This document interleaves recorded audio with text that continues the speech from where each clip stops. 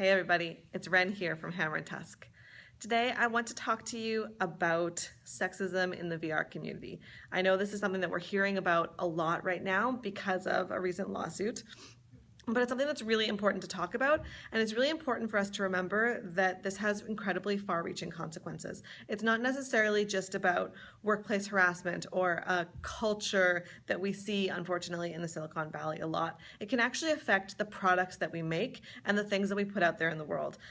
You may remember when virtual reality first came out, we talked about how women got sick a lot more than men did. And it was because we hadn't done testing with enough women. We tested on men, some of them got sick, most of them didn't. We thought, hey, that's great. Suddenly, we have consumers using it, we have early adopters using it, and all of these women are getting sick in huge numbers when men aren't.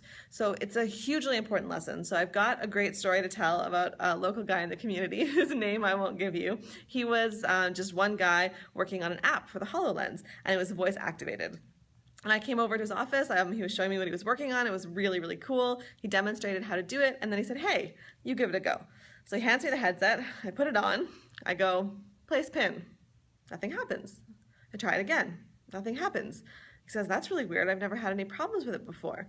And then he kind of laughs and says, oh, it's probably because I trained it on my voice and maybe it doesn't recognize yours. So as a joke, I sort of lowered my voice and went, place pin, and it worked.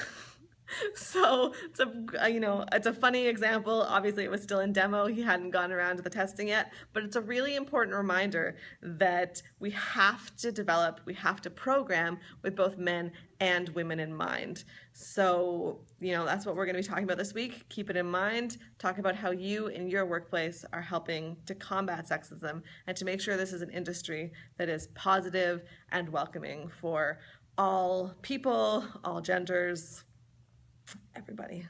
Thanks, everyone. Bye.